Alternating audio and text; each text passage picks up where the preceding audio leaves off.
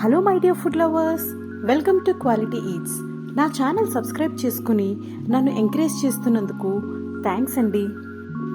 ఈరోజు రెసిపీ సర్వపిండి. దీనిని తెపాల చెక్క అని కూడా అంటారు. ఇది చాలా తక్కువ ఆయిల్తో ఇన్స్టెంట్గా చేసుకునే tea time traditional snack.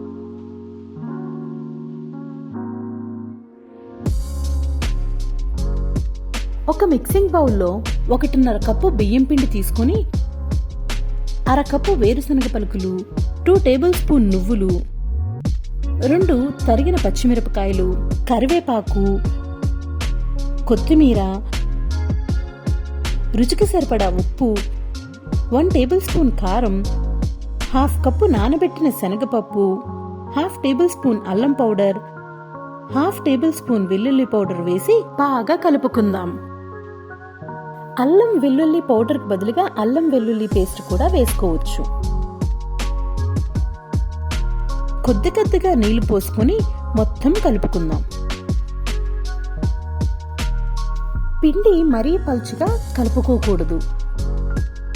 Chapati పిండి కన్సిస్టెన్సీలో కలుపుకుంటే సరిపోతుంది.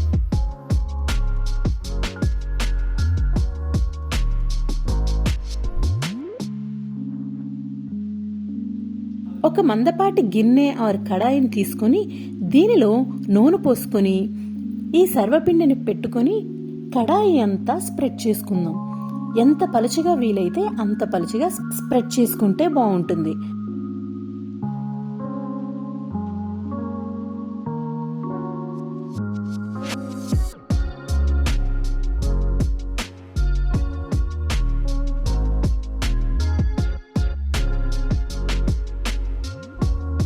దీనికి మధ్య మధ్యలో రంధ్రాలు పెట్టుకోవాలి.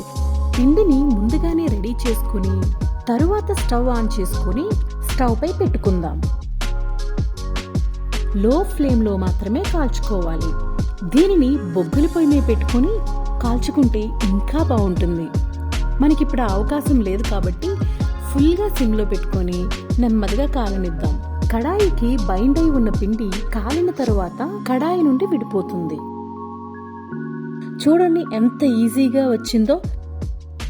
దీనిని పెరుగు పచ్చడి కాంబినేషన్లో తింటే చాలా బాగుంటుంది. చాలా ఈజీగా సర్వపిండి రెడీ. ఇది కనీసం 3-4 రోజులైనా నిల్వ ఉంటుంది.